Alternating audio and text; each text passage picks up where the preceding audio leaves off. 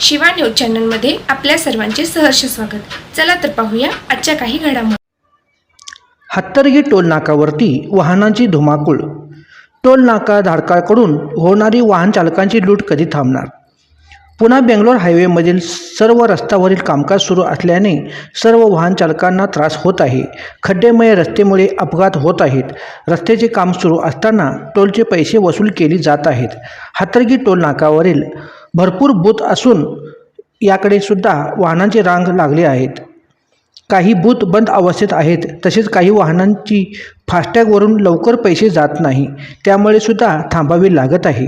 त्याचप्रमाणे वाहनाच्या फास्टॅगमध्ये रिचार्ज करण्यासाठी कमीत कमी 500, 1000 ते 2000 रुपये भरावे लागते। 500च्या आत रिचार्ज होत नाही, त्यामुळे सुद्धा पैसे जादा भरावे लागत आहेत। अशा या मनमानी कारभारामुळे वाहन चालकांनी तक्रार करीत असून सुद्धा याकडे प्रशासन दुर्लक्ष करीत आहेत। तरी लवकरात लवकर नियोजन करून वाहन चालकांना होणारा त्रास दूर करावी व बूथमधील कर्मचाऱ्यांच्या सोबत वादविवाद टाळावे अशी मागणी नागरिकातून केली जात आहे। शिवा न्यूजसाठी शिवानंद वशेदार। चॅनलला लाईक व सबस्क्राईब करायला विसरू नका। बेल आयकॉन क्लिक करा।